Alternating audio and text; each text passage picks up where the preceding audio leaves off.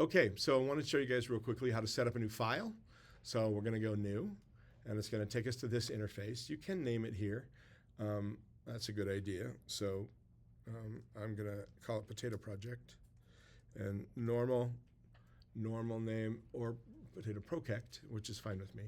But normal file habit in here, last name dash project name, okay? We've talked before, but please know, you're given, in this case, a specific resolution. It is a screen resolution. So if we're doing print is here. That's going to be 300 dpi. If you're going to print it, it's important that you do that. That is a much higher resolution that is necessary. In general, we'll be working for web or film and video.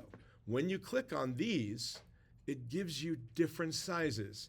In this case, it'll offer you the 1920 by 1080, and that's the one you'll do your double album cover project, because that shape gives you enough space to put the original album cover on the left like you're supposed to in the instructions, and then the one that you recreate using the text tools and background and placement stuff on the right, okay?